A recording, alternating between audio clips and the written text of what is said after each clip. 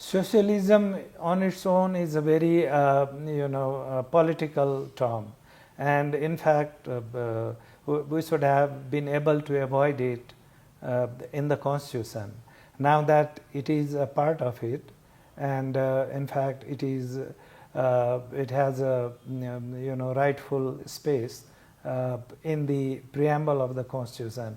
So but then the preamble also talks about different things, and the socialism in Nepal means socialism in the democratic sense, where you have the liberal values protected. There is a multi-party system, there is adult franchise, the right to property is protected, the fundamental freedoms have been honored. And so socialism is not just about the distribution of the national wealth. It's also about the commitment to defend the liberal values and a democratic system in the country.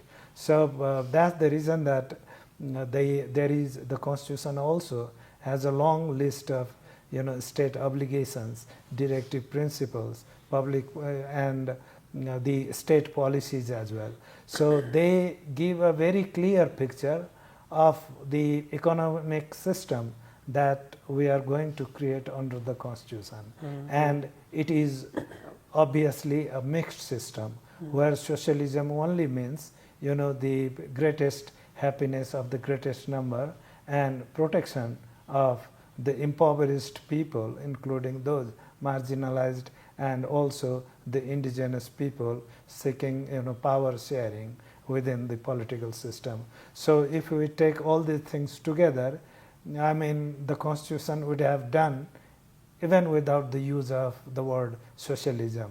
So Nepali Congress at that time, it thought that socialism is a political capital for it, and for the Maoist and UML, I mean, it was something that was closer to their political rhetorics. So that came as a meeting point, although many of us were very clear even at that point that the constitution should not mention about anything, write any such word which does not have strongly legal orientation.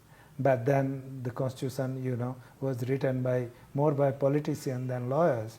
So we have many such words used in the constitution which clearly have political overtones, and if the Supreme Court does not exercise self-restraint, these terminologies might affect the gravity of the constitution on the legal constitutional side.